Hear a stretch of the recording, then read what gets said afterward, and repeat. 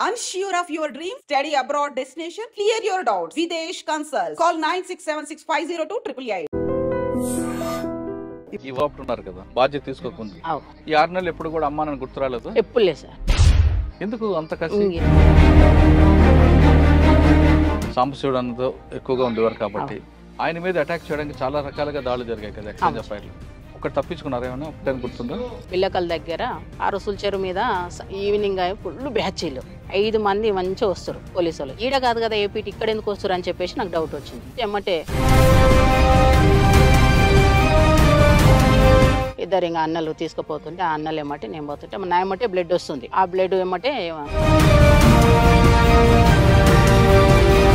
ఇక్కడ వరకు ఇంకా ఉంది బుల్లెట్. అన్ని ఎన్కౌంటర్లు చాలా, కానీ ఆ ఎన్కౌంటర్ స్పెషల్ సార్. చేయాలనే డెసిషన్ ఎవరిది? నిర్ణయం ఎవరు తీసుకున్నారు? సాంబశివుడు. ఎవరెవరి మీద చేయాలంది? వాళ్ళు ఎదురుపడినప్పుడు ఎందుకు తిట్టుకోవడం ఎందుకు వచ్చింది అంతవరకు? ఫుల్ జ్వరం వచ్చింది, ముఖం కడుగుతున్నా, ఇట్లా ముఖం కడి ఇట్లా చూస్తే బ్యాచ్లు అక్కడ వరకు వచ్చినాయి.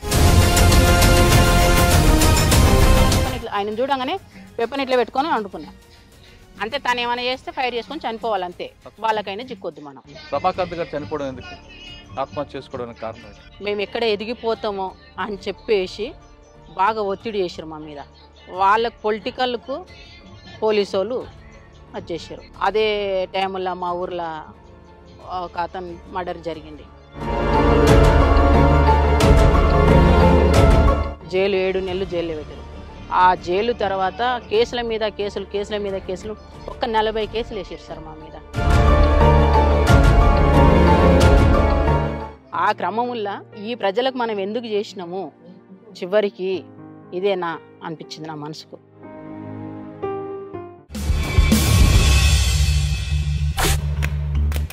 Welcome to crime confessions.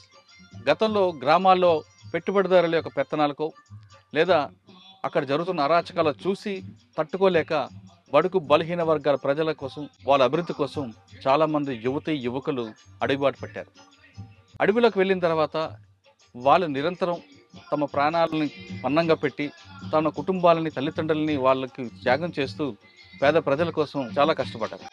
ఆ విధంగా కష్టపడిన తర్వాత కొన్ని సంవత్సరాలకి వివిధ కారణాల చేత, అంటే కొంతమంది వ్యక్తిగత కారణాలు అవ్వచ్చు, మరి కొంతమందికి పార్టీల విభేదాలు అవ్వచ్చు, మరి కొంతమందికి ఇంకొక కారణంతో జనజీవన స్రవంతులు కలిశారు. ఆ విధంగా కలిసిన వారిని పరిచయం చేసే ఈ కార్యక్రమంలో ఈ వారం మన గెస్ట్ రజతక్క. అచ్చంపేటలో ఒకప్పుడు పోలీసులకి ముప్పతిప్పలు పెట్టిన రజతక్క, వైఫ్ ఆఫ్ రమాకాంత్ అన్న. రజతక్క అంటే అప్పట్లో అచ్చంపేట, నల్లమల్ల ఆ ఫారెస్ట్లో ఒక భయం ఉండేది. రమాకాంత్ అన్న రజతక్క పేరు చేత పోలీసులకి చుక్కలు చూపించేవారు. పగల చుక్కలు చూపించడం అనేది రజతక్కకు ఒక ఫేమస్ అనేది తెలుసు. రజతక్క అచ్చంపేటలో ఉన్నప్పుడు ఎటువంటి కార్యక్రమం చేశారు, అసలు అడవి బాట ఎందుకు పట్టాల్సి వచ్చింది, పట్టిన తర్వాత వాళ్ళు పార్టీలకు వెళ్ళినప్పుడు పేద ప్రజల కోసం వాళ్ళు ఏ విధంగా కష్టపడ్డారు, అక్కడ ఉన్న చెంచుల కోసం వాళ్ళు నిరంతరం ఏ విధంగా వాళ్ళ పరిజ్ఞానం కానీ రాజకీయ పరిజ్ఞానం తీసుకురావడంలో వాళ్ళు ఏ విధంగా కృషి చేశారు అనే అంశాలతో పాటు ప్రస్తుతం ఆవిడ జీవితం ఎలా కొనసాగుతున్న విషయాన్ని ఆ అక్కగానే తెలుసుకున్నాం. అక్క నమస్తే. రజతక్క అచ్చంపేట, కొల్లాపూర్ ఆ ప్రాంతంలో ఒకప్పుడు మీ హవా.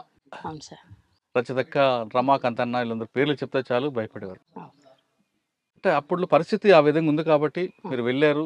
ఒక విధంగా చెప్పాలంటే పార్టీ ఆ విధంగా ముందుకు వెళ్ళబట్టి ప్రభుత్వం కూడా కిందకి దిగి గ్రామాల్లో మౌలిక సదుపాయాలు కల్పించడంతో పాటు మిగతా కార్యక్రమాలు చేపట్టడానికి వచ్చింది. అంటే మనం సామాజిక సమస్యగానో లేదా ఆర్థిక సమస్యగా చూడడం అనేది పక్కన పెడితే అసలు రజతక్క ఎందుకు అడుగుబాటు పట్టింది, రజతక్క కుటుంబ నేపథ్యం ఎలాగుండేది, వెళ్ళిన తర్వాత అన్న ఎలా పరిచయం అయ్యారు, అక్కడ మీరు చేసిన కార్యక్రమాలు ఏ విధంగా ఉన్నాయి, బయటకు వచ్చాక అన్న ఏ విధంగా చనిపోయారు, ఇప్పుడు ప్రస్తుతం మీ జనజీవన సర్వంతి, మీ జీవన విధం ఎలా కొనసాగుతుంది? చాలా ఇబ్బందికరంగా ఉంది సార్. బయటికి రావడం అసలుకి రావద్దు నిజంగా, కానీ ఆ టైముల్లో అనివార్య పరిస్థితులల్లో నేను బయటికి రావడానికి కారణం ఏంటంటే హెల్త్ బాగాలేకున్నది, మలేరియా టైఫాయిడ్ వచ్చి నాకు నెత్తికి ఎక్కినది. నేను బయటికి వెళ్ళిపోతున్నా. ఆ రోజు నా దగ్గర వెపన్ గుడక లేకుండే, పోయి ఒక లమ్మడి గుడి బయటికి రావడం చెప్పక ముందు మీరు అసలు పార్టీలోకి ఎందుకు వెళ్ళారు, అడుగుబాటు ఎందుకు పెట్టారు? అంటే మా ఊరు ఫారెస్ట్ దగ్గర ఉంటుంది, అచ్చంపేట మాది, పక్కల అది బల్మూరు మండలం, కొండనాల గ్రామం. మా ఊర్లో మొత్తం దొరలది పెత్తనం చాలా ఉంటుంది, కానీ ఏ రోజు అట్లాంటి దొరలు మా కుటుంబం మీద ఎక్కడ కూడా చూపలేదు. కానీ బాగా మాది ఫారెస్ట్ పక్కల మా పొలము, అంటే ఇది ల్యాండ్. అక్కడ మా చెలక అంగం సేమ్ ఇట్లనే ఉండేది. అప్పట్లో మా తాత 70 ఎకరాలు సంపాదించిండు మంచిగా. ఇట్లాంటి పొలంలో మేము మొత్తం అక్కడనే ఉండేవాళ్ళం మేము. ఆ క్రమంలో అన్నలు వచ్చేవాళ్ళు. నాకు 97లో పరిచయం పార్టీ. ఏం నేను చదువుకున్నారు మీరు?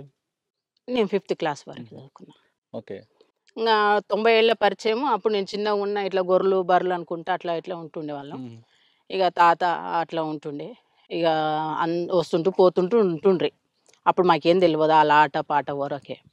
ఆ తర్వాత ఇక కొన్ని అనివార్య పరిస్థితులల్లా నాకెందుకు అందులో పోవాలి, ఎందుకు అనేది ఒక ఆలోచన వచ్చింది. వస్తే ఫస్ట్ సాంబశివుడు స్పెషల్ కమాండర్ వచ్చారు అది నల్గొండ నుంచి ఈ జిల్లాకు. అప్పుడు నేను వస్తాను అంటే నువ్వు చిన్నగా ఉన్నావు, నీకు ఇంకా టైం ఉంది అని చెప్పేసి వదిలిపెట్టేసి పోయాడు.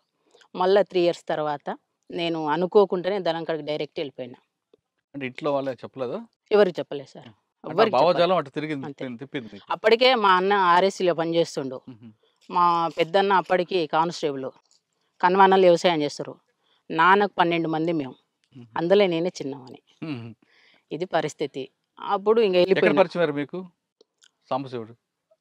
చిలక దగ్గరే, ఆహా. మా చిలక దగ్గరే. అప్పుడు స్పెషల్ కమాండర్కి వచ్చారు ఇక్కడ. అచ్చా. అప్పటి నుంచి చనిపోయిన సుదర్శను, ఉమ్. ఇక ఇప్పుడు కొంతమంది ఉన్నారు మనోళ్ళు, బయట ఉన్న వాళ్ళు వచ్చిన్నారు. ఇప్పుడు ఈ రాజన్న కూడా అక్కడ ఉన్నవాళ్ళు. అట్లా జరిగింది. పార్టీలకు వెళ్ళారు, వెళ్ళిపోయాను. పార్టీలకు వెళ్ళిన తర్వాత మీకు ఎవరు బాధ్యత తీసుకున్నారు? అప్పుడు జీవన్ అని మెదక్ డిస్ట్రిక్ట్ నుంచి వచ్చిండు, అప్పర్ ప్లాట్ల కమాండరు. కామ్రేడ్ దగ్గరికి వెళ్ళి ఉంటివి. కామ్రేడ్ మంచిగా చూసుకున్నాడు మమ్మ. ఒక 6 months తర్వాత క్యాంప్ జరిగింది. క్యాంప్కి వెళ్ళినాం. అప్పుడు నల్లమల్లలా రమకాంత్ కమాండర్. అయితే చెంచులకి ఏంది అంటే పొలం ఉంది పెంటలల్లా. దాని తర్వాత ఏమైందంటే ఇది సబ్సిడీలా ట్రాక్టర్లు వచ్చినాయి సార్. వ్యవసాయం మీద కొద్ది అవగాహన ఉంది నాకు. ఇక్కడే ఉంచిపోదాం అని చెప్పేసి మాధవ్ డిసైడ్ అయ్యిండు. రాష్ట్ర కమిటీ సభ్యుడు మాధవ్ ఉండు కదా, అన్న డిసైడ్ ఇక్కడే ఉండని వ్యవసాయం ఎట్లా చేయాలని. అప్పట్లో నాకు గడెం కొట్టడం మొత్తం టోటల్గా పని వస్తుంది సార్. ఆ టైంలో ఇంకా నన్ను అక్కడ పెట్టేసి వ్యవసాయం చెంచోళ్ళకు ప్రత్యేకంగా మక్కలు, ఆంద్యాలు వేపించి పండించినాం అక్కడ. చెంచుల్లో వాళ్ళకి పంట నేర్పడం నేర్పియడం. మామూలుగా వాళ్ళకి పండించడం వచ్చు, కానీ కొంచెం ఆధునిక పద్ధతిలో ఇంకా చేయడం. అట్లా చేసి ఒక 1 year ఉన్న అక్కడ కూడా. మీరు 6 నెలలు లోపల ఉన్నారు కదా, అంటే చెంచులకి మీకు మీ బాధ్యత తీసుకోకముందు ఈ 6 నెలలు ఎప్పుడు కూడా అమ్మా నన్ను గుర్తు రాలేదు? ఎప్పుడు లేదు సార్, ఇప్పటికి లేదు. అప్పుడే కాదు ఇప్పుడు గుడకలేదు. ఎందుకు అంత కసి? ఎందుకు సార్? సరే, 6 నెలల్లో మీరు వెళ్ళగానే మీకు తుపాకీ ఎవరు పని బాధ్యత ఇవ్వకపోయినా సామాన్లు తీసుకెళ్లడం, నడిపించడం, ఎక్సర్సైజ్ ఇవన్నీ ఉంటాయి కదా, ఇప్పుడే నడిపించిందా? అట్లా ఏం లేదు, నాకు 1 monthకే వెపన్ ఇచ్చారు. అంటే ఆ రోజు నేను బయట పని చేసిన కదా సార్, పార్టీకి పని చేసిన. ఇక ఆ టైంలో నాకు అన్నోళ్ళు ఎక్కడ పోగానే ఒక వెపన్ ఇచ్చారు. మరుసటి రోజే ఎమ్మడి తిప్పుకున్నారు. అప్పటికి నాకు ఏం ట్రైనింగ్ ఇట్లా ఏమి ఇవ్వలేదు. ఆ తర్వాత ఒక బాధ కానీ ఒక భయం కానీ అనిపించలేదు? నాకు లేదు సార్. నైట్ టైం చీకట్లో అడవిలో పాము అని ఇవన్నీ వస్తుంటాయి కదా? ఎప్పుడు లేదు సార్, ఎప్పుడు లేదు. మీతో పాటు ఎవరు ఉండరు అక్కలు? ఇంకా నాతో పాటు ఇక్కడ ఉన్న వాళ్ళు కవితక్క ఇప్పుడు చేసింది, భాగ్యక్క చాలా సీనియర్ మాకున్న. అక్క వస్తుందని చాలా ఆశించిన కానీ రాలే. సీనియర్ భాగ్యక్క ఉన్నది. వీళ్ళందరూ వచ్చారా? వాళ్ళందరూ. ఇంకా అక్కడ మేము ఉన్నాం, అందరు మంచిగా ఉన్నాం, కలిసిన వాళ్ళం, సమిష్టిగా ఉన్న వాళ్ళం. బాగా ఆడవాళ్ళకి కొన్ని సమస్యలు ఉంటాయి. ఉన్నాయి సార్. కానీ అక్కడ అడవిలో కూడా ఉండేవా? ఉంటాయి. అక్కడ వ్యక్తిగతంగా శారీరక సమస్యలు వస్తుంటాయి కదా? వస్తాయి, చూసుకుంటారు. అక్కడ పురుషులు మహిళలు అనే తేడా ఎవరు మా వాళ్ళు ఉండరు, వ్యత్యాసాలు ఎక్కడ చూడరు. మొత్తం సమాన హక్కు, మంచిగా చూసుకుంటారు. మహిళా కామ్రేడ్కి అయినా జెంట్స్ కామ్రేడ్ చూస్తారు, జెంట్స్ కామ్రేడ్కి ఏమైనా మహిళా కామ్రేడ్ చూసుకోవాల్సింది, కంపల్సరీ చూసుకోవాల్సింది. 6 నెలల తర్వాత మీకు చెంచులకి వ్యవసాయం నేర్పడం అనే కార్యక్రమం మీకు పార్టీ ఇచ్చింది. అవును సార్. ఆ పార్టీ ఇచ్చిన కార్యక్రమాన్ని భుజం మీద వేసుకుంటూ చేసినాం. ఆ విధంగా ఎంతకాలం ఉన్నారు అక్కడ? అక్కడ 1 year ఉన్నా సార్. ఇక్కడ అచ్చంపేటలో? అచ్చంపేటలో 6 నెలలు ఉన్నా. సంవత్సరం నల్లమల్ల అడవులు ఉన్నా. ఆ తర్వాత కొల్లాపూర్కు పంపించారు. కొల్లాపూర్కి వచ్చేసిన. అక్కడ ఒక 6 నెలలు 7 నెలలు చేసిన. కొంతకాలం అయిన తర్వాత ఇక మళ్ళీ ఈ ఆర్గనైజేషన్ కొద్దిగా బెటర్ ఉన్నట్టుంది అమ్మాయి, కొద్దిగా తీద్దాం అని చెప్పేసి కొద్దిగా స్పెషల్గా నన్ను తీసారు. తీసి బయట మొత్తం సాంబశివుడు వర్క్ చేసిన నేను. ఇక సాంబశివుడు అన్నకి వెళ్ళక ముందు ఆ. కొల్లాపూర్ ఇవన్నీ ప్రాంతం పనిచేస్తారు కదా, ఉమ్. ఈ ప్రాంతంలో పీపుల్స్ కోసం మీరు చేసిన మంచి కార్యక్రమం చెప్పండి అప్పట్లో. అప్పట్లో ఇక కొల్లాపూర్లో కానీ అచ్చంపేట అంటే మీరు చెంచుల కోసం చేశారు. అవును సార్. కొల్లాపూర్ ఆ ప్రాంతం కొల్లాపూర్లో మేము రివర్ బెల్ట్ తోటి చాలా సంబంధం ఉంటుంది ఈ కొల్లాపూర్ వాళ్ళకు. ఉమ్, చేపలది ఎక్కువ. ఉమ్, తర్వాత వలసల మీద ఇక్కడ వాళ్ళు ఎక్కడ లేరు. నేను ఈరోజు గతంలో మన మహేష్ అని చనిపోయాడు, తుంకుంట మహేష్. ఉమ్, ఆయన చనిపోయిన కామ్రేడ్ చనిపోయినప్పుడు వచ్చినప్పుడు అంత కొల్లాపూర్ అంతా మారిపోయింది సార్. నేను పార్టీలో ఉన్నప్పటికీ మొన్నటికి ఇప్పటికీ కొల్లాపూర్ అంతా మారిపోయింది. వాటర్ లేదు. వలస మీద తీసుకున్నాం సబ్జెక్టు. వలసలు పోవద్దు అని చెప్పేసి ఊర్లల్లో తిరగడం, ఆర్గనైజేషన్ చేయడం, ఉమ్, వాళ్ళకు ధైర్యం కలిపియడం, ఉమ్, దాని మీద ఫైట్ చేయడం. వీళ్ళు గుంపు మేస్త్రులు ఉంటారు, ఉమ్, గుంపు మేస్త్రులను తీసుకొచ్చి కొట్టడం, ఉమ్. చెప్పడం, వార్నింగ్ ఇవ్వడం, దీని మీద ఆ సబ్జెక్ట్ మీద చేసినాం. అంటే పార్టీ నిర్ణయాల మేరకు కొన్ని కార్యక్రమాలు చేశారు. Okay sir. చాలా మంది పేద ప్రజలు మీ అడవులకు వచ్చి అన్నాలు కలుసుకొని అప్పుడు కొన్ని సమస్యలు చెప్పేవారు. చెప్పినప్పుడు వాడిని దండించాలి లేదా శిక్షించాలి, ప్రజాకోర్టులో వాళ్ళని పనిష్మెంట్ ఇవ్వాలి అనుకో నిర్ణయం తీసుకున్నవి మీరేమైనా ఒకటి చేశారా? సింగిల్ గా కాకుండా గ్రూప్ చేసినాం. ఏం చేస్తారు? స్వామి అని కమాండర్ ఉండే ఇక్కడ కొల్లాపూర్కు. అతను కమాండర్ చేసి వాళ్ళ దాంట్లో మేము పాల్గొనే వాళ్ళం. ఇక ప్రజా కోర్టు పెట్టడం, కూర్చోబెట్టి పిలిపించి మాట్లాడడం, వినకపోతే తనడం, అవన్నీ చేసాం సార్. ప్రజాకోర్టులో మీరు ఒకటి సంఘటన చెప్పండి, బాగా గుర్తుండిపోయింది. ప్రజా కోర్టు అంటే షింగోటం జరిగింది సార్. అక్కడ ఇచ్చారు, అక్కడ మాట్లాడారు, సాంబశివుడు మాట్లాడిండ్రు. నేను సెంట్రీ పోస్టు, నీవు ఎక్కడ వస్తారు నా సెంట్రీ పోస్టు అది అట్లా. అక్కడ అంటే తర్వాత కుడికిళ్ళలో కూడా ప్రజా కోర్టు పెట్టినాం. ఆడగుడక కొంతమందిని పిలిపించి మాట్లాడి ఆడగుడక ఇంటర్వ్యూ ఇచ్చి అవి చేసేసినాం అక్కడ కూడా. ఓకే. నల్లమల్లిలో మీరు ఉన్న సమయంలో సార్ సాంబశివుడు అన్నతో ఎక్కువగా ఉండేవారు కాబట్టి ఆయన మీద అటాక్ చేయడానికి చాలా రకాలుగా దాడులు జరిగాయి కదా ఎక్స్చేంజ్ ఆఫ్ ఫైర్లు. ఒకటి తప్పించుకున్నారు ఏమన్నా? ఒకటే గుర్తుందా? ఎవరు? సాంబశివుడా? మేమా? మీరు. నేనా? ఆయనతో పాటు ఉన్న సమయంలో సార్ ఒకటి చెప్పండి. ఇది మన కొండనాల నుంచి బిల్లకల్ అడవులు సార్. బిల్లకల్ దగ్గర గుట్ట ఉంటుంది పైన, చెరువు మీద, రుసుల చెరువు మీద ఉంటుంది ఒక గుట్ట. ఆ రుసుల చెరువు మీద ఈవినింగ్ అయి ఫుల్ బ్యాచీలు. ఈవినింగ్ అయింది, ఒక కామ్రేడ్ ఏం చేసి చాలా ఛాయ్ పిచ్చాయి కామ్రేడ్కు. ఇక వచ్చేసి మొత్తం కట్టెలు ఇడిచేసి ఛాయ్ పెడుతున్నాడు. ఆ టైంలో నేను ఏం చేసిన అంటే, నేను అప్పటికి 1+1 కమాండర్. నేను వెళ్ళిపోయి మొత్తం అన్నీ ఇంత కటింగ్ పేపర్ తీసుకొని పోయినా. వాళ్ళు చదువుతుంటే నేను బయటికి ఎట్లా పోయినా, వాష్రూమ్కి పోయినా. వెపన్ పెట్టుకొని వస్తారు.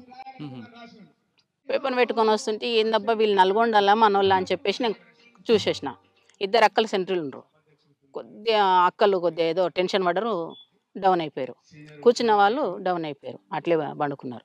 ఎందుకు పండుకున్నారు అబ్బాయిలు అని చెప్పేసి నేను చూసే వరకు 5 మంది మంచిగా వస్తారు, పోలీసు వాళ్ళు ఇన్సాస్లు వేసుకొని వస్తారు. మాకు నల్గొండలో ఏపీటీ ఉన్నది, కానీ ఈడ కాదు కదా ఏపీటీ, ఇక్కడ ఎందుకు వస్తారు అని చెప్పేసి నాకు డౌట్ వచ్చింది. వచ్చేసి ఎమ్మటే ఫైర్ అని గట్టిగా కాసిచ్చేసిన, ఎమ్మటే ఫైర్ చేసేసిన. సాంబశివుడు, రమాకాంత్ వీళ్ళంతా రిట్రీట్ అయ్యారు. నేను ఒక్కదానే అయిపోయినా. అక్కడికి సెంట్రీ పండుకుంది. ఎమ్మటే నా మీద అటాక్ చేసేసారు. 5 మంది వెపన్స్తో మొత్తం నా మీద తూటాలు గురిచేసినాయి. ఎమ్మటే గాయం ఇక్కడ నుంచి ఇక్కడ మొత్తం ఇక్కడ వరకు ఇంకా ఉంది బుల్లెట్. ఇక గాయాలైనాయి. ఇక అందరు వారిపోయారు. ఒక 3 ఉన్నారు, నన్ను తీసుకుపోయారు. ఇంకా మా ఎమ్మటే మొత్తం బ్లడ్. మా కామ్రేడ్స్ 2 ఉన్నారు నా ఎమ్మటి, జెంట్స్ కామ్రేడ్ 2. ఇంకా అన్నలు తీసుకుపోతుంటే ఆ అన్నలు ఎమ్మటే నేను పోతుంటే నా ఎమ్మటే బ్లడ్ వస్తుంది. ఆ బ్లడ్ ఎమ్మటే వచ్చేసారు పోలీసులు. అప్పుడు ఒక 8 రోజులు మేము డివైడ్ అయిపోయినాం.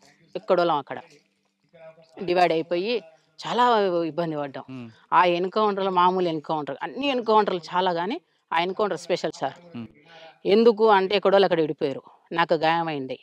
ఇక సాంబశివుడు ఎట్లా దిగారు, అన్ని ఊర్లలో బ్యాచీలు, అంటే పెంటలల్లా అంతా ఏంటిది చింతకాయలు కాల్చుకొని తిన్నాం సార్. తర్వాత మన బియ్యం నానబెట్టుకొని, ఆ ఎమర్జెన్సీ బాటిల్ ఉంటే మాకు ఎమర్జెన్సీకి ఇక్కడ, అందులో బియ్యం నానబెట్టుకొని తినేసినాం. 2 డేస్ అయింది, సాధ్యం అయితే లేదు. పైన చార్సిన మేడం హెలికాప్టర్లో కుమింగ్ చేస్తుంది. అప్పటికి ఒక ఎన్కౌంటర్ అయింది. బొమ్మనపల్లి అతను సీన్ అని కామ్రేడ్ చచ్చిపోయిండు. ఇక ఫుల్ బ్యాచ్లు సార్, ఎక్కడ పోయినా బ్యాచ్లు. ఇక నాకు సాయంత్రం వరకు మొత్తం ట్రీట్మెంట్ చేసేసారు. మళ్ళీ తెల్లారి ట్రీట్మెంట్ చేసేసి బ్లడ్ కంట్రోల్కి వచ్చేసింది. ఒకటే చెప్పేసిండు. ఏం చెప్పిండంటే, నీవేం చేస్తావో బ్యాచ్లు మొత్తం రిటీట్ కావాలని చెప్పేసి నాకు చెప్పేసిండు సాంబశివుడు. సాంబశివుడు. ఆ, సరే చలో అని చెప్పేసి నా ఎమ్మటి ఒక మురళి అనే అన్న ఉన్నాడు, ఆ. వచ్చిండు. ఉన్నాడా? అన్నాడు ఆ, మురళి, నేను, నా సభ్యుడు రాజు అని ముగ్గురం కలిసేసి వచ్చినాం. ఇక వచ్చేసి కొన్ని యాక్షన్లు చేసినాం. ఎక్కడ? పెద్ద కొత్త పెళ్ళి ఆహా, అంటే దానికి రివర్స్ చేస్తే బ్యాచ్లు ఇక్కడ అదవుతారని చెప్పేసి పిలిపించుకోవడానికి బ్యాచ్లు అచ్చా. ఇక్కడ అటాక్ అంటే అయింది. యాక్షన్ చేయాలనే డెసిషన్ ఎవరిది? నిర్ణయం ఎవరు తీసుకున్నారు? సాంబశివుడు. ఆహా, ఎవరెవరి మీద చేయాలంది? పొలిటికల్ టీడీపీ పార్టీ ఎవరు ఉంటే వాళ్ళు. ఏం చేస్తారు టీడీపీ అప్పుడు పార్టీ action? ఉన్నప్పుడు ఎంపీపీనే ఆయన ఆహా. బహుశా ప్రేమ్ ప్రకాష్ అని. అంటే ఆయన నేరం చేశాడా లేదా పార్టీ నిర్ణయం మేరకేనా? పార్టీ నిర్ణయం పదవిలో ఉంది కాబట్టి, గవర్నమెంట్ పదవిలో ఉన్నాడు ఎన్ని కాబట్టి. గంటలప్పుడు ఎక్కడ ఎన్ని గంటలప్పుడు చేశారు? యాక్షన్ ఎన్ని గంటలకా? పొద్దున్న పొద్దుగాల 12 గంటలకు. ఆహా, మిట్ట మధ్యాహ్నం. ఉమ్. కానీ పోలీసులకు మీరంటే ఎందుకు అంత అప్పుడు హడలు ఉండేది? సార్ ఆ? నాకు తెలియదు, నాకైతే తెలియదు కానీ అది అట్లా నిలిచిపోయింది జిల్లాలో అయితే. అంతే. రజిత టార్గెట్ అని ఒక టీమే తిరిగేది కదండి. అవును సార్, ఉమ్. టీమే కదా సార్.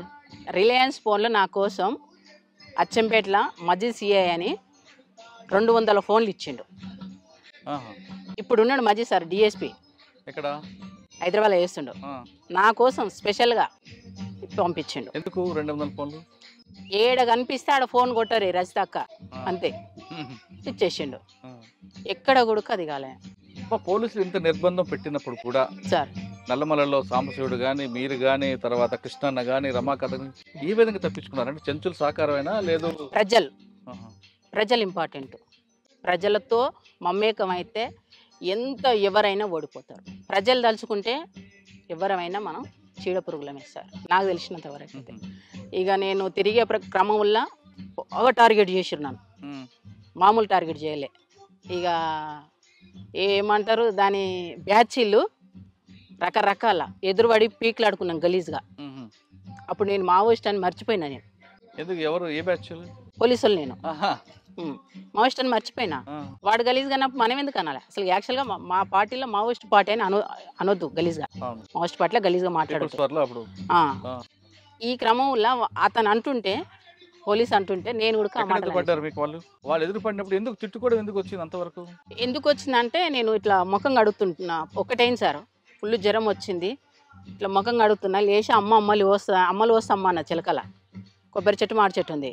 అమ్మలు వస్తున్న క్రమంలో ఇట్లా ముఖం కడిగి ఇట్లా చూస్తే బ్యాచ్లు అక్కడి వరకు వచ్చినాయి, సేమ్ షెడ్ వరకు వచ్చేసినాయి. అబ్బా ఇక్కడ వరకు వచ్చినాయి ఏంది ఇట్లా చూసి, షాము ఏం పోలీసులు లేకురా అన్న. ఏం కామ్రేడ్ అన్నా, కామ్రేడ్ ఎప్పుడు వెళ్ళిపోయాడు. నేనేం చేయాలి? నేను జ్వరం మాత్రం ఉన్నా. లేచి చూస్తే అంతా మొత్తం బ్యాచ్లు చుట్టుముట్టేసినాయి. ఆ బ్యాచ్ మొత్తం నాకు రౌండ్ ఆఫ్ చేసినాయి. ఏం చేయాలో నాకు అర్థం కాలే. ఒక ఎంత 8-9 ఫీట్ల ఎత్తుకు గోతి ఉంటుంది, గోతిలో దుంకేసిన. ఇక్కడ పోయింది అని చెప్పేసి అన్నారు. వాళ్ళు అటు వాగానే ఇట్లా లేచిన. ఇంకా బూతులను తిట్టుకుంటే ఏమంటారు, ఫైర్ చేయలే వాళ్ళు. ఫైర్ చేస్తే పడిపోయేదాన్ని. వాళ్ళు నేను కనీసం ఒక 6 కిలోమీటర్ రన్నింగ్ సార్. 6 కిలోమీటర్ మామూలు రన్నింగ్ కాదు. ఫస్ట్ టైం అది ఇంకొకటి ప్లేన్ ఏరియాలో రన్నింగ్ మామూలు ఉండదు. అట్లా రన్నింగ్ చేసిన. పరిగెడుతూ బూతులు తిడుతూ పరిగెట్టారు. ఇంకా అట్లా వెళ్ళిపోయేసిన. ఆడ తప్పించుకొని పోయి ఇంకొక ప్లేస్కి పోయి వర్షాన్ని ఉంటే, ఆ వర్షాల వైపు వర్షాన్ని ఎర్జి ఉంటుంది కదా ఒడ్డు, ఆ ఒడ్డు పక్కల వండుకున్న వర్షాన్ని స్టార్ట్ చేసుకొని నా పైన పక్కనే వచ్చేసి కాలు చేతులు కడుక్కుంటాడు పోలీస్ ఆయన ఉడక బోర్కాడ. ఏందబ్బా అని ఇట్లా చూస్తే అట్లే అనికి పండుకున్నా. ఏమనుకోలే, వెపన్ తీసుకుని ఎడబెట్టుకుని ఎట్లనే అనికి పండుకున్నా. ఆయన ఏమనలే, ఆయన కడుక్కుంటుండు, వేసి కడుక్కుంటుండు. నేనేం చేస్తున్నా, వెపన్ ఇట్లా ఆయన చూడంగానే వెపన్ ఇట్లా పెట్టుకొని వండుకున్నా. అంటే తను ఏమైనా చేస్తే ఫైర్ చేసుకొని చనిపోవాలంతే, వాళ్ళకైనా చిక్కొద్దు మనం. అది మా పార్టీ బాగా చెప్పేసి. నన్ను చూడలే.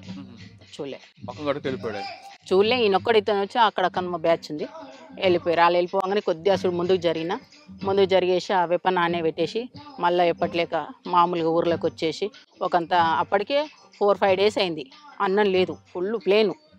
ఇదంతా ఏరియా అచ్చంపేట ఉప్పునంత మండలంలో. ఇంకా తినేసిన మళ్ళీ మార్నింగ్ లేచిన. మళ్ళీ మార్నింగ్ 7కి వెళ్ళినంటే ఐనూలు పక్కకి వెళ్ళింది సార్. ఐనూలు మధ్యలో ఆ క్రమంలో అక్కడ ఏనపోటు వచ్చేస్తారు. అప్పుడు కూడా ఏం చేయాలని అర్థం కాలే.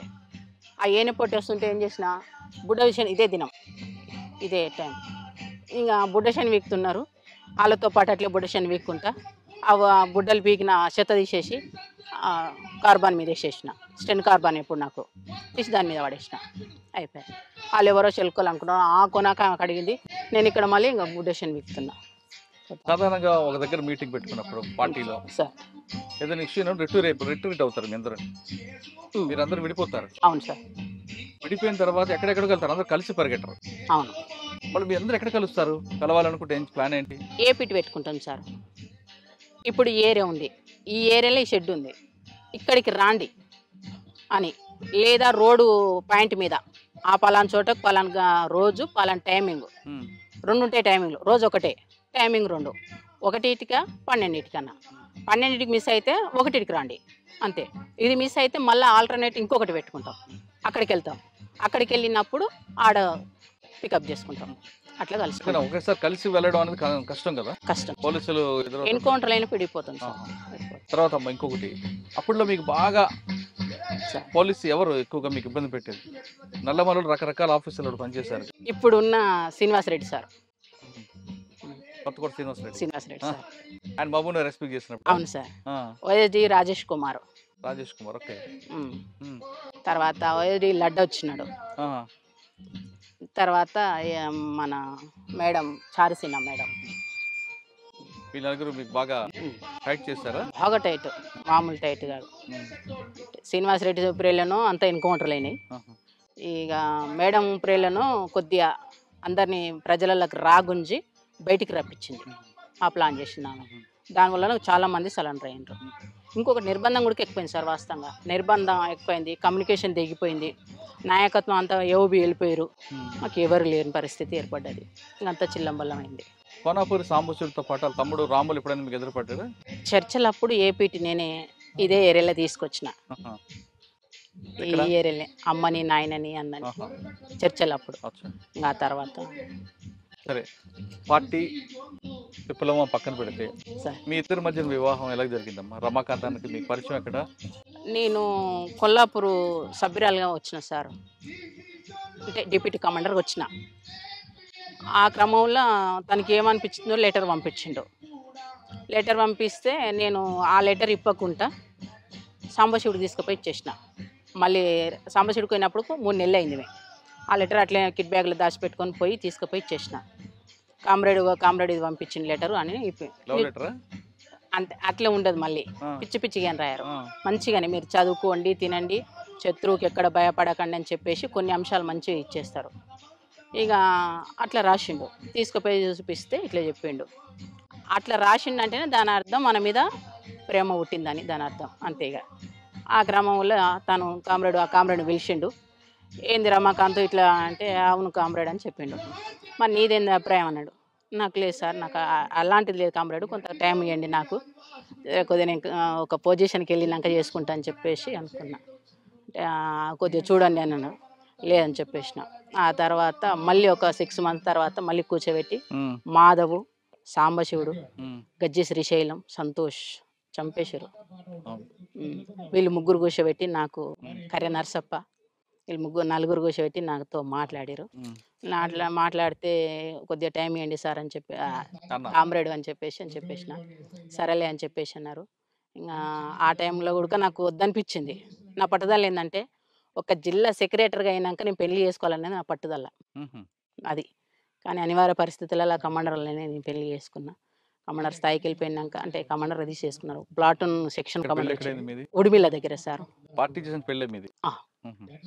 ఉడిమిల్ల దగ్గర మంచిగా చేసిరు. పార్టీలనే మా లాంటి పెళ్లి ఎవరికి చేయలేదు. మంచిగా ఆటలు తీసుకొచ్చి చేసి సేమియా చేసి ఆట పాటలు సేమ్ ఇట్లనే చేసేసి, ఈ పక్కన్న ఊరు పక్కనే అది కూడా సేమ్ పెళ్లి చేసేసారు. పెళ్లి చేసిన తర్వాత నైట్ పెళ్ళైంది, మార్నింగ్ విడిపోయినాం. తను గుంటూరుకు రాకెట్ లాంచర్ ట్రైనింగ్కి వెళ్ళిపోయిండు రమాకాంత్. మేము ఆమనగల్ ఏరియాకి వెళ్ళిపోయినాం. ఇంకంతే.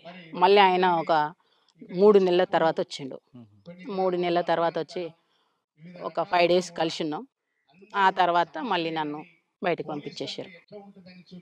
ఇక బయటకు పంపించేసారు. ఇక కామ్రేడు సెక్రటరీగా పనిచేసిండు. ఇక నేను బయట కొన్ని పనులు చేసుకుంటూ తిరిగిన. కొన్ని అంటే నాకు ఇచ్చిన వరకు నేను మనస్ఫూర్తిగా వాటికి బరాబరి చేసిన సార్. నేను వాళ్ళ లేక వీళ్ళ లేక ఏ రోజు కూడా భయపడలే, శత్రువుకు భయపడలే, ప్రజలకు పొలిటికల్ లీడర్కి ఎవ్వరికి ఇప్పటి వరకు నేను ఎప్పుడు భయపడను ఎవరికి. అంతే. ఆ రోజు ఇక బయటికి వెళ్ళి నేను పార్టీ చెప్పిన పని నేను సక్సెస్ చేసుకొని రిటర్న్ పోయినా. అది అక్కడ నేను పార్టీకి ఒక నా మీద నమ్మకం, ప్రజలకు ఒక నమ్మకం, బయట శత్రువులకు ఉచ్చ భయం. అంతే. అంతే. సరే, పెళ్ళైన తర్వాత మీరు చేసిన మంచి కార్యక్రమం చెప్పండి పీపుల్స్ కోసం. నేను చేసిందా?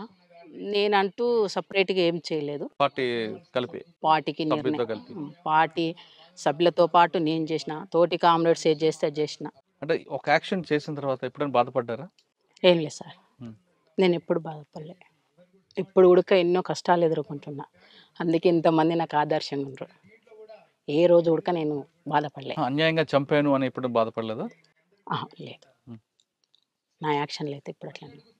మీరు యాక్షన్ చేశారా? మా పార్టీ వైపు నుంచి నష్టం జరిగాయి కదా, ఆ నష్టం జరిగిన ఎప్పుడైనా బాధపడ్డారా?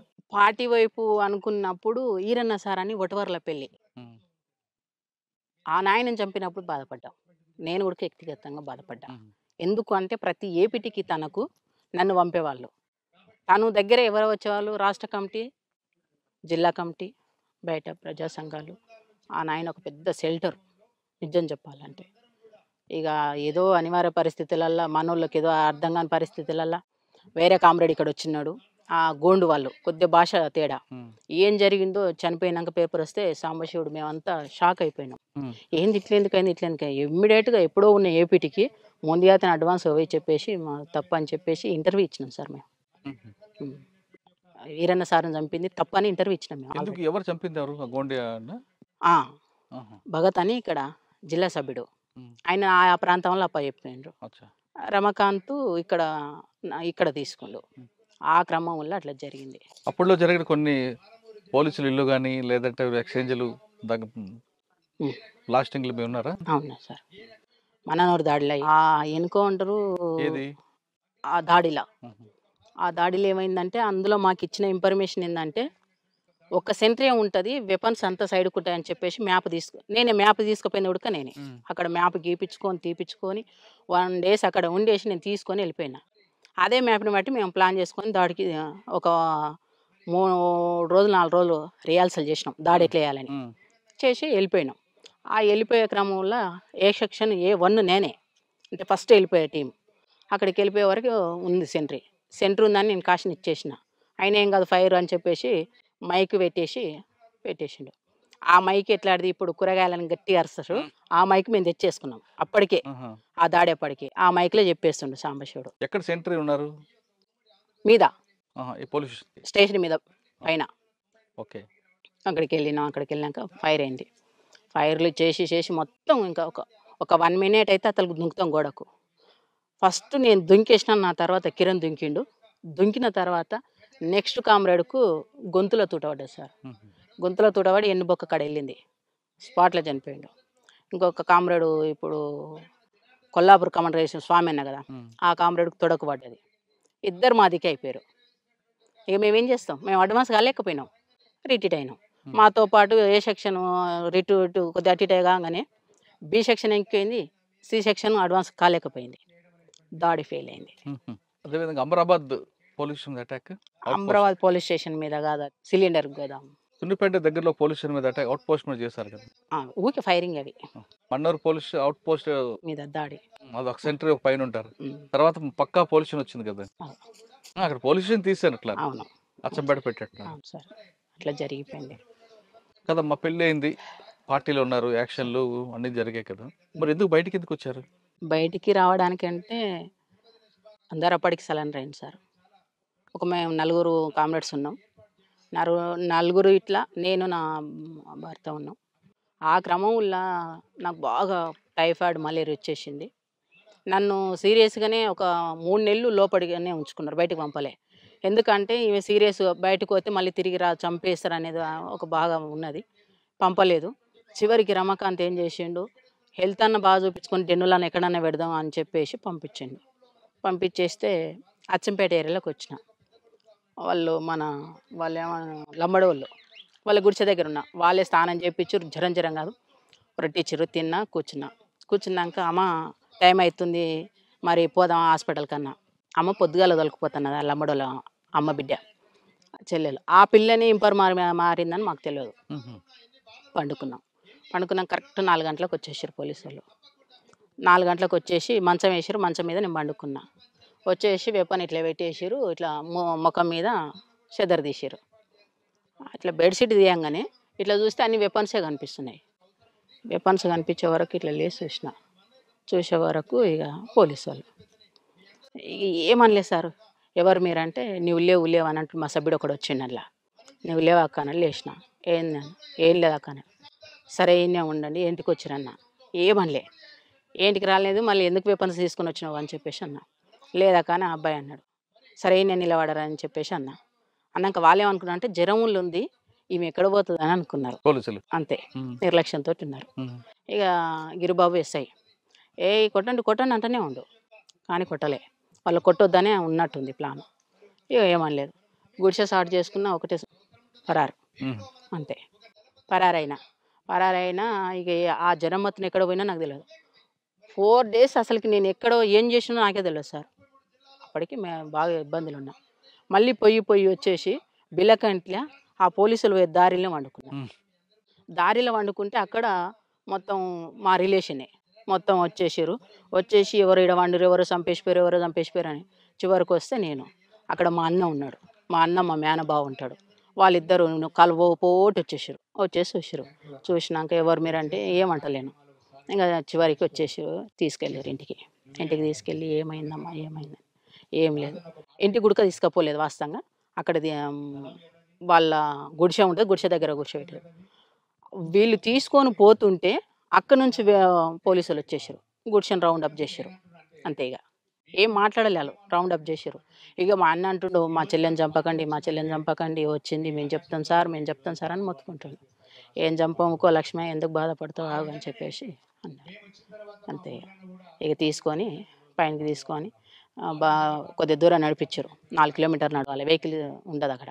4 కిలోమీటర్లు నడిచినాక ఇంకా వాళ్ళ వెహికల్ అని ఎక్కించుకొని వచ్చారు. అప్పటికే మా అన్న మా ఊరు చేశారా? అవును సార్. సరెండర్ కాదు? లేదు సార్. రమాకాంత్ ఎప్పుడు దొరికారు? రమాకాంత్ దొరకకుండా తనంతలకు నా తర్వాత 3 నెలల తర్వాత తను వాళ్ళకు ఫోన్ చేసి వాళ్ళ ద్వారా సరెండర్ అయ్యాడు. అంటే పార్టీకి చెప్పేసారంట. ఇంకా పార్టీ ఎక్కడ సార్ ఈ జిల్లాలో లేదు, మా ఇద్దరు వరకే క్లోజ్ లేదు, సభ్యులంతా వెళ్ళిపోయారు. ఆయనతో పాటు 2 సభ్యులు. తర్వాత పార్టీ నల్లమల్ల పూర్తిగా కంప్లీట్ అయినప్పటి వరకు ఉన్నా నేను. 2007 లాస్ట్లో 8 ఆ టైంలో వచ్చేసాను. అది మాతోటే క్లోజ్ అయిపోయింది. ఈ జిల్లాలో అయితే మాతో క్లోజ్ అయిపోయింది. మీరు సరెండర్ అయిన తర్వాత మీకు ఇవ్వాల్సిన ఇచ్చారా రమాకాంత్ గారికి ప్రభుత్వం? కామ్రేడ్కు 5 లక్షల రివార్డు ఉందన్నారు, ఇచ్చిర్రు. నాకు 3 లక్షలు అని చెప్పారు, ₹1,00,000 ఇచ్చారు. ఏది మేము ఎక్కడ ఆశపడలేదు. దాన్ని తీసుకొచ్చుకొని మేమేం చేయలేదు, ట్రాక్టర్ తెచ్చుకున్నాం. మేము ఖర్చు ఏం పెట్టుకోలేదు. ట్రాక్టరు ఒక 2 సంవత్సరాలు నడిచింది సార్. ఇంకా తర్వాత ఇంకా కింది మీదకి అయిపోయింది, అంతే. కదమ్మా, బయటకు వచ్చారు, ప్రభుత్వం ఇచ్చిన డబ్బులతోనో ట్రాక్టర్ కొనుక్కొని సామాన్య కుటుంబంలో నడుపుతున్న సమయంలో రమాకాంత్ గారు చనిపోవడం ఎందుకు, ఆత్మహత్య చేసుకోవడానికి కారణం ఏంటి? చనిపోవడానికి కారణం ఏంటంటే మేము బయటకు వచ్చి మంచిగా ఉన్నాం సార్. మంచిగా ఉన్న క్రమం వల్ల ఈ పొలిటికల్గా మేము ఎక్కడ ఎదిగిపోతామో అని చెప్పేసి బాగా ఒత్తిడి చేశారు మా మీద. వాళ్ళకు పొలిటికల్కు పోలీసు వాళ్ళు వచ్చేసారు. ఇక పోలీసుల టార్చర్ మామూలుగా లేదు సార్ మాకు. ఎంత అంటే అంత మామూలుగా లేదు. ఇక అదే టైంలో మా ఊర్లో ఒక అతను మర్డర్ జరిగింది. ఆ మర్డరు మా రమకాంతే చేసిందని చెప్పేసి ప్రపోజల్ చేసి తన మీద నెట్టేస్తే తను ఓపెన్గా పోయి చెప్పలేడు కదా, నేను చెప్పలేడుగా, చెప్తూనే ఉండి అప్పటికైనా అయినా వినలేదు. తీసి ఇక లోపల పడేసారు. 7 నెలలు జైల్లో పెట్టారు. ఆ జైలు తర్వాత కేసుల మీద కేసులు ఒక్క 40 కేసులు వేసారు సార్ మా మీద, తన మీద. ఆ 40 కేసులు వచ్చే వరకు 7 నెలలు బెయిల్ రావడానికి. అది తిరగడానికి ఒక 3 సంవత్సరాలు మొత్తం కంప్లీట్గా కోర్టుకే తిరిగింది. ఒక అత్తమామ సంపాదించిన ఒక 4 ఎకరాల ల్యాండ్ ఉంటే అమ్ముకున్నా, ఒక ప్రైవేట్ ప్లాట్ ఉంటే అమ్ముకున్నా, ఒక బేస్మెంట్ ఉంటే అమ్ముకున్నా. ఇక నానా కష్టాలు పడ్డా. ఎవరి దగ్గరికి పోయినా కానీ ఆ రోజు ఈరులు సూరులు అని మాట్లాడిరు ప్రతి ఒక్కరు, ఎవరు సహకరించాలి. అంటే అప్పుడు అనిపించింది నాకు, ఇలాంటి చెత్త వ్యవస్థకు మనం పనిచేసినామా, నేను ఎందుకు అయినా ఈయన ఎందుకు అయ్యిండు, ఎందుకు చేసిండు చెత్త వ్యవస్థలా, మాకు అప్పుడు అనిపించింది సార్. అప్పటి వరకు మంచిగా అనిపించింది. కానీ ఆ తర్వాత బయటకు వచ్చినాక మేము ఇన్ని ఇబ్బందులు పడుతుంటే ఎవరికి మాకు హెల్ప్ చేయలే. ఏ పొలిటికల్ లీడర్ హెల్ప్ చేయలే, ఏ పోలీస్ హెల్ప్ చేయలే. సాధారణ జనం మమ్మల్ని అంటేనే ఒక దొంగ, ఒక రవిడి ఈ కోణంలోనే చూసిండు. ఆ పరిస్థితిలో వెళ్ళిపోయింది. అంటే అప్పుడు అర్థమైంది వ్యవస్థ అంటే ఏంటో మీకు. అంతే, ఈ చెత్త వ్యవస్థకి మేము ఎందుకు చేసినాము, అందుకే ఇప్పటి వరకు నా మైండ్ లేదు ఈ చెత్త వ్యవస్థకి ఎందుకు. ఇప్పటి కూడా పొలిటికల్గా రా అని పిలుస్తున్నారు నన్ను, కానీ ఇలాంటి వ్యవస్థకు నేను సెట్గానేమనిపించింది సార్. నేను అది చాలా అసలు ఇవన్నీ ఒడిదుడుకులు ఎదుర్కొంటూ వస్తున్నాం. నేను పార్టీలా బలంగా ఒడిదుడుకులు ఎదుర్కొంటూనే ఎదిగిన, ఇక్కడ ఉడక ఒడిదుడుకులతోటే బతుకుతున్నా. అన్న ఎలా చనిపోయారు, ఆత్మహత్య చేసుకున్నారా? అవును సార్. అన్న మీద తెలిసి వయసులో లోపలికి వెళ్ళారు. అవును సార్. అమ్మా నాన్న కాదని అక్కడ పార్టీ ఆదేశాల మేరకు పీపుల్స్ కోసం పనిచేశారు. రమాకాంత్ పెళ్లి చేసుకున్నారు. ఒక చిన్న కుటుంబం మీది. మీకు జీవితం అంటే పార్టీ లేదంటే రమాకాంత్ అన్న, ఇంకా వేరే ప్రపంచం ఏం తెలియదు సార్. బయటకు వచ్చిన తర్వాత ఇంక ప్రపంచం అంతా కూడా రమాకాంత్ అన్న పాప. అటువంటిది ఒకేసారి రమాకాంత్ గారు సూసైడ్ చేసుకుంటే, ఆత్మహత్య చేసుకుంటే మీకు ఏమనిపించింది? ఇక కుటుంబం జీవితం అంత ఇంతే అనుకున్నారా? అంటే అంతకన్నా ముందు తను జైల్లో ఉన్నప్పుడు ఫీల్ అయినా సార్. నేను జైలు కాడికి ఒకరోజు తప్పించి ఒకరోజు, పాప చిన్నది, ఒక 2 సంవత్సరాల పాప. ఆ పాపను ఎత్తుకోవాలి, పోవడానికి ఛార్జీకి పైసలకు కూలి పోవాలి. నేను కూలి పోతే 2 రోజులు కూలి పోతే ఆ కూలి పైసలు తీసుకొచ్చుకొని ఈ జైలు కాడికి పోవాలి. నేను ఈ స్టేజ్కి వచ్చేసింది నా పరిస్థితి. ఇక అప్పుడు అనుకున్నా వద్దు ఇట్లాంటి పరిస్థితులు వద్దని చెప్పేసి చాలా కష్టపడి చాలా ఇబ్బందులు పడి తనను బయటికి తీసుకొచ్చుకున్నా. తనను బయటికి తీసుకొచ్చుకున్నాక ఇంకా అప్పులు చాలా అయినాయి. ఏం చేయాలో మాకు అర్థం కాని పరిస్థితి. ఒక్కొక్క కేసుకు ఒక్కొక్క లాయర్ ఒక 50,000 తీసుకున్నారు సార్. అట్లా 40 కేసులు ఉన్నాయి నాకు మా సార్ మీద. ఆ 40 కేసులు నేను ఎక్కడి నుంచి ఎట్లా కట్టాలి, అన్నీ తీసుకొచ్చిన తర్వాత అమ్మేసిన తర్వాత చాలా ఆర్థికంగా ఇబ్బందులు ఎదుర్కొన్నాక కొద్దిగా అటో ఇటో కొద్దిగా మంచినే తను ఎక్కడ పోకపోయేవాళ్ళు. నేను తన పాపను పెట్టుకొని ఉండేది, చిన్న షాప్ పెట్టుకొని ఉండేది. నేను వెళ్ళేదాన్ని కూలికి, డైలీ కూలికి పోయి నేను భోజనం కోసానికి సంపాదించుకుని నేను ఏమి సంపాలి, ఇప్పటి వరకు కూడా ఏం సంపాదించుకోవాలి. ఆ క్రమంలో ఈ ప్రజలకు మనం ఎందుకు చేసినాము, చివరికి ఇదేనా అనిపించింది నా మనసుకు. ఆ రోజు బాధ అనిపించింది. తను చనిపోయిన నాడికన్నా ఆ రోజే ముందే ఫస్టే బాధ అనిపించింది. అట్లా అనిపించింది. ఆ క్రమంలో అత్త మామ కష్టపడి సంపాదించింది. ఈ క్రమంలో మీకు నయ్యం ఎప్పుడైనా ఎదురుపడలేదా? నాకు ఏ రోజు నయ్యంతో పాటు ఇదే నల్లమలలో మీకు ఇంకొక వ్యక్తి ఉన్నారు, బాలన్న అని. ఆయన ఎప్పుడు ఎదురుపడ్డారు? నాకు ఏ రోజు టచ్లో లేరు. తర్వాత అన్న చనిపోయిన తర్వాత మీ జీవన విధానంలో కొనసాగుతుంది పాప. ఇప్పుడు కూడా కూలి బంద్ చేసుకున్నా. కూలి బంద్ చేసుకొని కొద్దిగా గొప్ప ఆ పని ఈ పని చేసుకోవడం, ఇక అయింది. ఇప్పుడు ఆన్లైన్ బిజినెస్ చేయడం, కొన్ని బట్టలు అమ్ముకోవడం, అట్లా గడిపిన. అందులో కూడా నాకు బెనిఫిట్ కాలేదు. ఇదంతా కాదని చెప్పేసి ఇప్పుడు చిన్న చిన్న ఎక్కడన్నా ఏనన్నా ఇక జీవన ఉపాధి కోసం కష్టపడుతున్నా. కానీ సంపాదించేది ఏం లేదు, అన్నం కాడికి అంతే. కడుపు ఉంటే చాలు, కడుపు నిండి ఉంటే అవే మాకు కోట్లు, అవే లక్షలు అంతే. ఇప్పుడు అసలుకి సొసైటీలో నేను బతకొద్దు. నిజం చెప్పాలంటే ఈ స్థాయిలో నేను కమాండర్ స్థాయిలో పనిచేసి వచ్చి ఉడుక్క ఇంత చీప్గా బతుకుతున్నా అంటే ఎవరు లేరు. మా కామ్రేడ్స్ అందరికి అదే బాధ. వాళ్ళు బయట ఎవరికి చెప్పుకోలేరు. ఒకప్పుడు మేము హీరోలం, సొసైటీకి వచ్చేవరకు జీరోలు అయినాం కదా. ఇప్పుడు ఈ జీరోలో పోయి వేరే వాళ్ళ దగ్గర మేము చేతి జాపుకొని అడుక్కోలేము. మేము సమాన హక్కు కోసం కొట్లాడిన వాళ్ళము, వాళ్ళ మీద ఫైట్ చేసిన వాళ్ళము.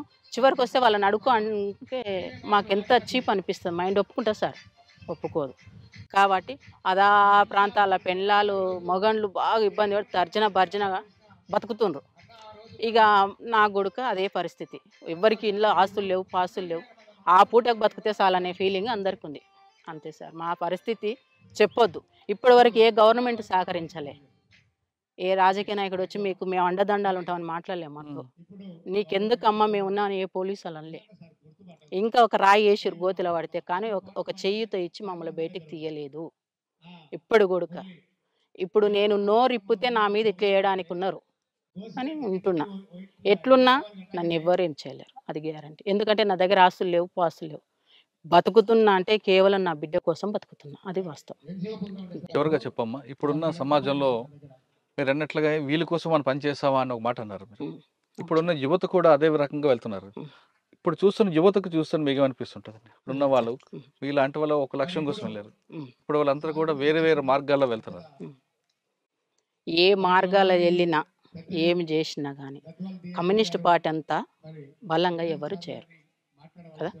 అప్పుడు మా టైముల్లో సెల్ ఫోన్లు లేకుండా ల్యాండ్ ఫోన్లు ఉన్నాయి. ప్రతి వానికి మెసేజ్ ఉంది. నువ్వేం చేసినా కానీ ఆటోమేటిక్గా ఎమ్మటే అయిపోతుంది. ఏముంది ఆడ? ఎమ్మటే తీసుకొస్తారు, అరెస్టులు చేయడం, కొట్టడం. ఎక్కడ బలపడుతుంది? అంటే నేను వాళ్ళ ఉద్యమం వైపు వెళ్ళమని చెప్పడం లేదు.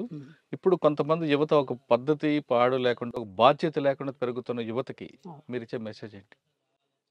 మెసేజ్ ఏంటంటే, నిజంగా అమ్మా నాన్నకు మంచి పేరు తెచ్చుకోవాలి అనుకుంటే సరైన రూట్లో నడవడం కరెక్ట్. సరైన రూట్లో ఉండాలి. మనం ఒకరికి ఆదర్శంగా నిలబడాలి. తప్పు చేయొద్దు, తల వంచొద్దు. నా లక్ష్యం. నేను ఎక్కడ ఉన్నా నా సర్కిల్ అదే చెప్తా. గౌరవంగా ఉండాలి. సంపాదనలు, ఆస్తులు పాస్తులు మన ఎమ్మటి రావు, ఏమీ రావు. వచ్చినప్పుడు చనిపోయినప్పుడు వచ్చేది ఏంటంటే ఒక పేరు, బస్ అంతే. మనకు కావాల్సింది ఒక పేరు తెచ్చుకొని చనిపోవాలనేది నా ఉద్దేశం సార్. యువతకు ఏంటంటే గౌరవించాలి. ఎదుటి వ్యక్తిని ఎప్పుడైతే గౌరవిస్తామో ఇట్లాంటి హత్యలు, ఇట్లాంటి రేపులు, ఇట్లాంటి సమస్యలు ఎక్కడ కూడా రావు. ఎదుటి వ్యక్తిని మనం గౌరవిస్తలేము అంటేనే అన్నీ జరిగిపోతుంది. అది సార్. ఒకప్పుడు పేద ప్రజల కోసం అడుగుబాటు పెట్టిన రచితక్క, రమాకాంత్ గారు కొన్ని సంవత్సరాల పాటు అడవిలో ఉన్నారు. వాళ్ళు ఎండనక వాననక కుటుంబాలు త్యాగం చేసుకుంటూ ప్రజల కోసం పనిచేసిన వాళ్ళు ఇప్పుడు అదే ప్రజల దగ్గరికి వెళ్ళి చేతులు చాచాలంటే వాళ్ళ ఆత్మాభిమానం చంపుకున్నట్లు అవుతుంది. కొంతమంది నక్సలెట్లాగా మాజీలుగా మారి తర్వాత సెటిల్మెంట్ చేయడం చేతకాక అటువంటి బాట పట్టక ఏమి ఇంకా సాధారణ కుటుంబంలో జీవిస్తున్నారు. ఆవిడ చెప్పే మెసేజ్ ఒకటే, ఇప్పుడు రాబోయే యువత కూడా, చూస్తున్న యువత కానీ ఎవరికైనా కానీ ఒక బాధ్యతగా పెరగండి, సమాజానికి మంచి పేరు తీసుకొచ్చేలా చేయండి, దానివల్ల మీ కుటుంబానికి కూడా మంచి పేరు వస్తుందంటూ రచితకు చెప్తుంది. ఇది ఈ వారం రచితతో ఎక్స్క్లూజివ్ ఇంటర్వ్యూ. వచ్చే వారం మరో గెస్ట్తో మళ్ళీ కలుద్దాం. అంతవరకు నమస్తే. Thank you.